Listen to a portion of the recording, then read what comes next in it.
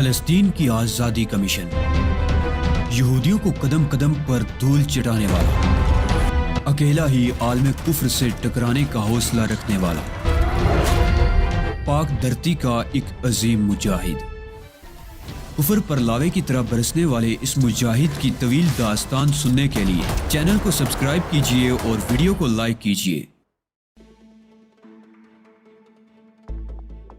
یہ امکان بھی کلی طور پر مسترد نہیں کیا جا سکتا تھا کہ ہاروت رابیل نے اس سارے ماجرے سے اسرائیلی حکومت کو مطلع کر دیا ہو اور موساد کے ایجنٹ بھی میدان میں کود پڑے ہوں۔ ان تمام امکانات کے پیش نظر محتاط رہنا بہت ضروری تھا۔ تقریباً 4 بجے تک میں برلن کی سڑکیں ناپتا رہا اور اس کے بعد پیٹ کی آگ بجھانے کے لیے ایک ہوٹل کا رخ کیا۔ میں سوچ رہا تھا کہ شیمر خاندان کے کسی فرد سے ڈی فوسٹر کے بارے میں معلومات حاصل ہو جائیں تو کام بہت آسان ہو جائے گا۔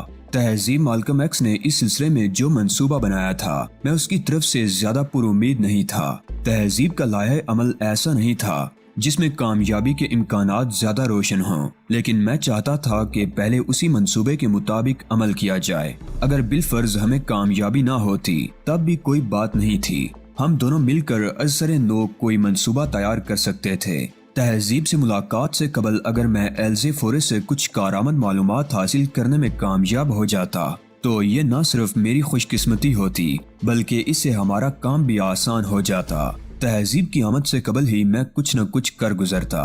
میں کوئی 7:30 بجے کے قریب بون بون بار پہنچا۔ اسٹریٹ لائٹس روشن ہو چکی تھی اور فضا میں خنکی بڑھ گئی تھی۔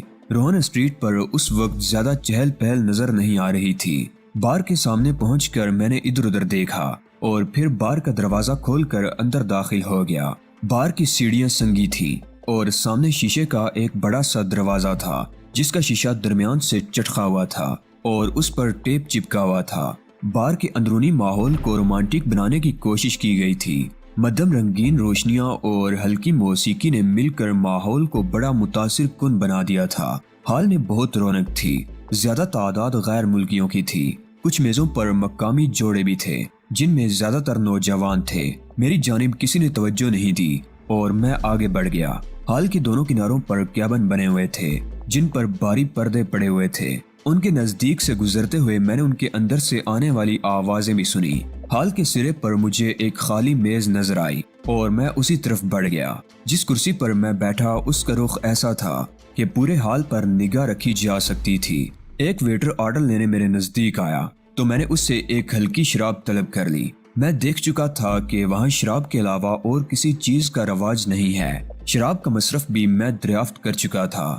ہال کی دیوار کے ساتھ بڑے بڑے گملے رکھے تھے جن میں پودے اگے ہوئے تھے۔ ایسا ہی ایک گملہ میری کرسی کے عقب میں بھی موجود تھا، لہٰذا میں اس طرف سے بے فکر تھا، ورنہ طلب کردہ شراب کی کھپت ایک الگ مسئلہ بن جاتی۔ ابھی ویٹر میری طلب کردہ شراب لایا بھی نہیں تھا کہ میں نے ایک ایسا حیران کن منظر دیکھا جس نے میرے ہوش اڑا دیے۔ ہال کے دروازے سے داخل ہونے والی تہذیب مالکم ایکس تھی، لیکن اس کا لباس اور میک اپ مجھے حیرت سے پاگل ہو جانے پر مجبور کر رہا تھا۔ اس کے کپڑوں کا رنگ انتہائی شوخ اور بھڑکیلا تھا۔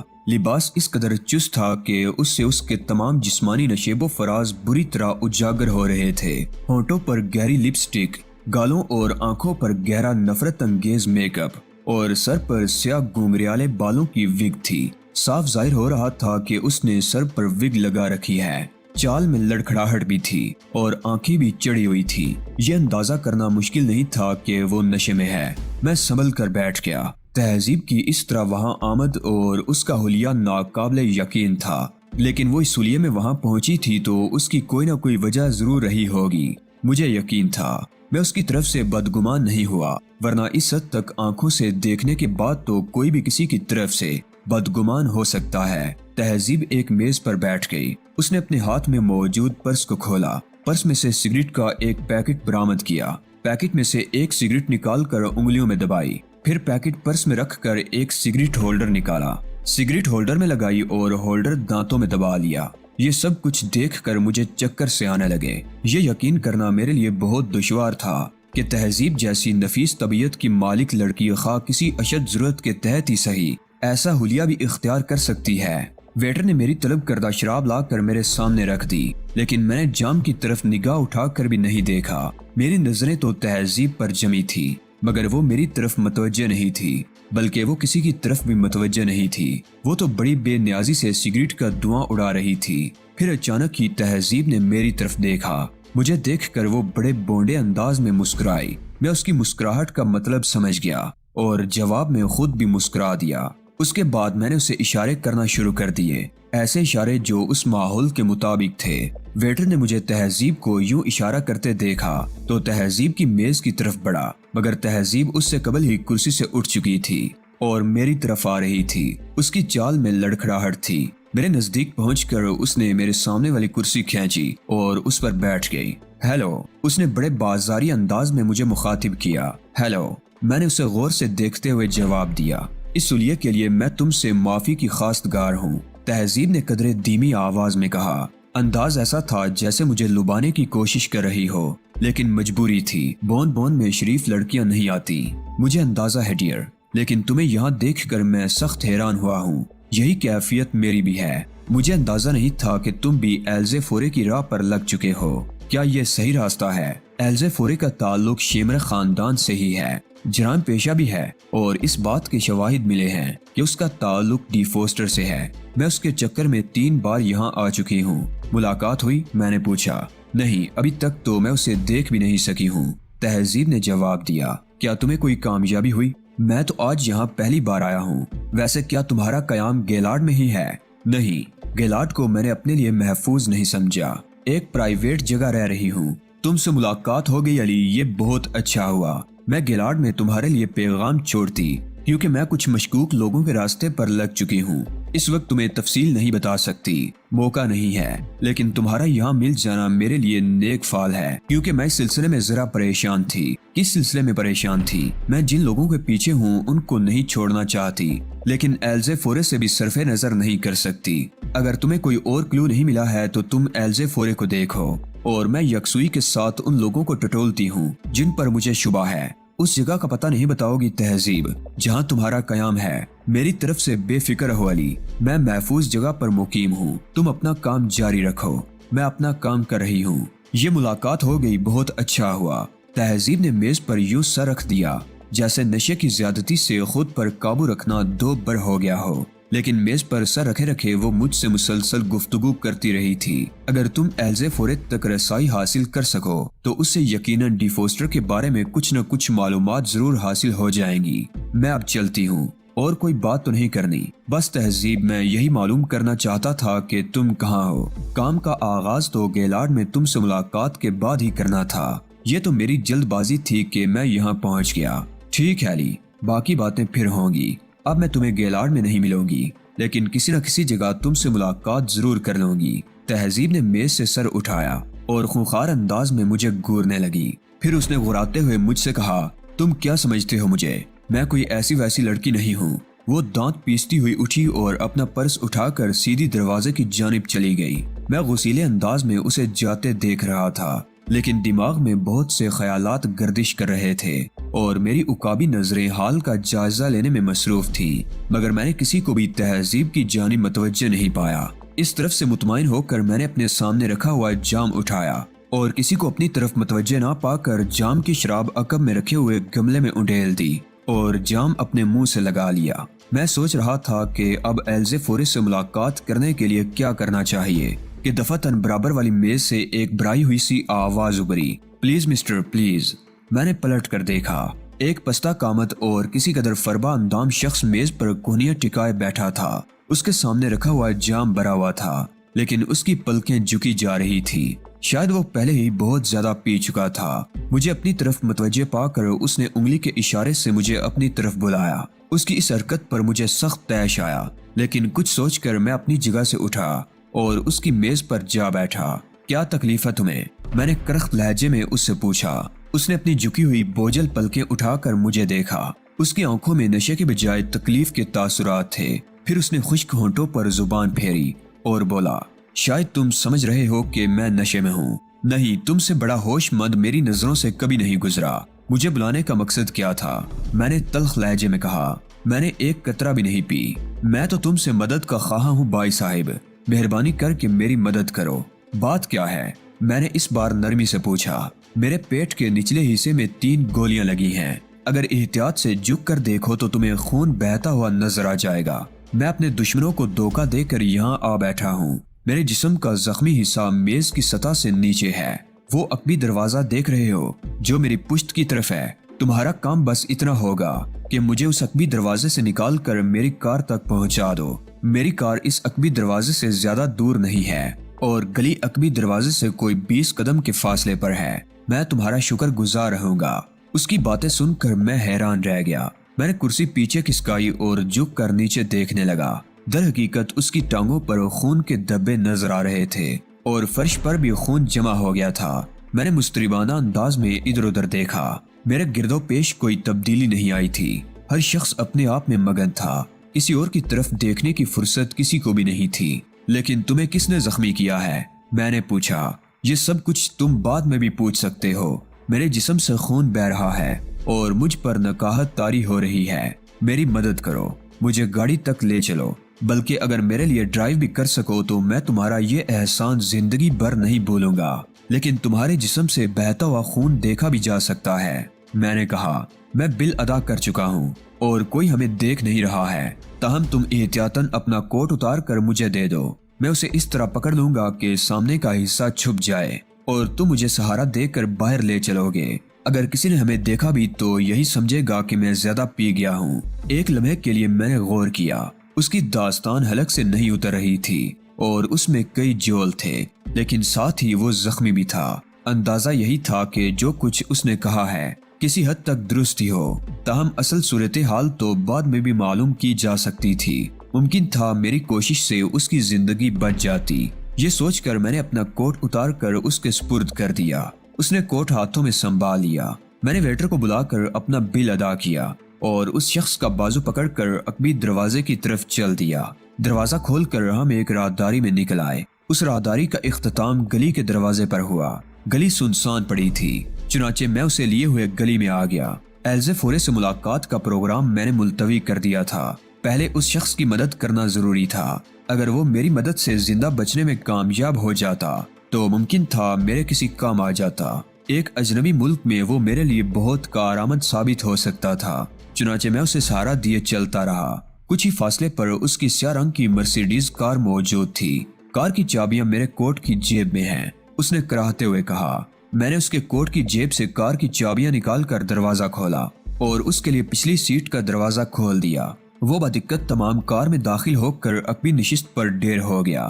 میرا کوٹ اس نے اگلی سیٹ پر ڈال دیا تھا۔ میں نے کار سٹارٹ کر کے اسٹیئرنگ سنبھال لیا۔ تمہیں کہاں پہنچا دوں؟ میں نے اس سے پوچھا۔ ڈیلم اسکوائر، بلیو ہاؤس، اس نے جواب دیا۔ راستہ بتاتے جاؤ اور سنو، خود کو ہوش میں رکھنے کی کوشش کرو۔ میں یہاں کے راستوں سے واقف نہیں ہوں۔ ٹھیک ہے، میں کوشش کروں گا، اس نے کرا کر کہا اور مجھے گلی سے نکلنے کا راستہ بتایا۔ میں اس کی ہدایات کے مطابق کار چلاتا ہوا سڑک پر نکل آیا۔ وہ مجھے ہدایات دے رہا تھا مگر اس کی آواز سے بہت زیادہ نکاہٹ ٹپکنے لگی تھی۔ مجھے اندیشہ ہوا کہ کہیں وہ بے ہوش نہ ہو جائے، لہٰذا میں اس سے باتیں کرنے لگا۔ کیا تم مجھے یہ نہیں بتاؤ گے کہ تمہارے دشمن کون ہیں؟ میں نے پوچھا۔ تم اجنبی ہو، اس لیے میں یہ اعتراف کرنے میں عار محسوس نہیں کرتا کہ میں کوئی اچھا آدمی نہیں ہوں۔ شاید تم برلن میں نووارد ہو۔ تمہارے راستے پوچھنے سے میں نے یہی اندازہ لگایا ہے۔ ہاں، میں سیاحت کی غرض سے برلن آیا ہوں۔ مشرقی جرمنی میں سیاحوں کے لیے کوئی کشش نہیں ہے۔ یہاں کے قوانین بہت سخت ہیں۔ معلوم نہیں سیاح معلومات کیے بغیر یہاں کا رخ کیوں کرتے ہیں۔ تم بات ٹالنے کی کوشش کر رہے ہو۔ میں نے کہا، ایسی کوئی بات نہیں ہے۔ مختصراً یوں سمجھ لو کہ میں منشیات کا اسمگلر ہوں اور میرے کچھ حریف مجھے راستے سے ہٹانے کے خواہاں ہیں۔ انہوں نے کرایہ کے کچھ غنڈوں سے مجھ پر حملہ کرایا۔ ان غنڈوں نے مجھ پر فائرنگ کی۔ بس قسمت اچھی تھی کہ بچ نکلا اور میں نے بوند بوند میں پناہ لی۔ وہ کرائے کے غنڈے میری صورت سے آشنا نہیں تھے، اس لیے وہ مجھے ڈھونڈتے ہوئے بوند بوند بھی آئے تھے۔ وہ کسی زخمی کو تلاش کر رہے ہوں گے، جبکہ میرے بیٹھنے کے انداز سے ہرگز یہ معلوم نہیں ہوتا تھا کہ میں زخمی ہوں۔ چنانچہ وہ لوگ واپس چلے گئے۔ یوں میں نے فی الحال اپنی جان بچا لی ہے، بعد میں جو بھی ہو، لیکن اگر میں ٹھیک ہو گیا تو ان سے بآسانی مقابلہ کر سکوں گا۔ بائیں طرف، ہاں یہاں سے بائیں طرف موڑ دو۔ میں اس کے کہنے کے مطابق کار ڈرائیو کرتا رہا۔ اور پھر تھوڑی دیر کے بعد ہم مطلوبہ جگہ تک پہنچ گئے۔ اس نے ایک چھوٹے سے مکان کے سامنے کار رکوائی تھی۔ کار رکنے کے بعد اس نے مجھ سے کہا، اب آخری کام اور کر دو، مجھے سہارا دے کر اندر پہنچا دو۔ تم نے میری خاطر جو زحمت کی ہے، میں اس کے عوض تمہارے لیے جو تم کہو گے کر دوں گا۔ میں اسے سہارا دے کر مکان کے دروازے تک لایا۔ کار میں نے لاک کر دی تھی۔ اس نے مجھے بتایا کہ بڑی چابی مکان کے تالے کی ہے۔ میں نے دروازے کا قفل اس چابی کی مدد سے کھول لیا۔ کیا تم یہاں تنہا رہتے ہو؟ میں نے پوچھا۔ ہاں، اس نے کہا۔ میں اسے لیے ہوئے مکان کے اندر داخل ہو گیا۔ اس نے ایک کمرے کی طرف اشارہ کیا۔ میں نے خود ہی اس کمرے میں روشنی کی۔ ایک کشادہ ڈرائنگ روم تھا جس میں سادہ سا فرنیچر پڑا ہوا تھا۔ فرنیچر پر البتہ عمدہ قسم کا قالین بچھا ہوا تھا۔ وہ ایک صوفے پر بیٹھ کر مجھے عجیب سی نظروں سے دیکھنے لگا۔ کچھ پینا پسند کرو گے؟ اس نے پوچھا۔ نہیں شکریہ، بس اب میں جاؤں گا، میں نے کہا اور اپنا کوٹ الٹ پلٹ کر دیکھنے لگا۔ اس پر ایک آدھ جگہ خون کے دھبے لگ گئے تھے۔ ادھر باتھ روم ہے۔ اس نے ہاتھ کے اشارے سے مجھے باتھ روم دکھایا۔ خون کے دھبے دھو لو، تم زخمی ہو، تمہیں طبی امداد کی فوری ضرورت ہے۔ میں نے کہا، بے فکر ہو، اب میں اپنے ٹھکانے پر پہنچ گیا ہوں، میں خود ہی سب کچھ کر لوں گا۔ میں نے بے پرواہی سے شانے جھٹکے اور کوٹ ہاتھوں میں لیے ہوئے باتھ روم کی طرف بڑھ گیا۔ میں نے خون کے ان دھبوں کو دھونے کی کوشش کی، مگر دوسرے لمحے مجھے ایک عجیب سا احساس ہوا۔ وہ خون کے دھبے تو نہیں تھے، وہ یقیناً خون جیسے رنگ کا کوئی سیال تھا۔ دھبے بآسانی صاف ہو گئے تھے۔ اگر وہ خون ہوتا تو وقت گزرنے کے ساتھ ساتھ اس کا رنگ گہرا ہوتا چلا جاتا۔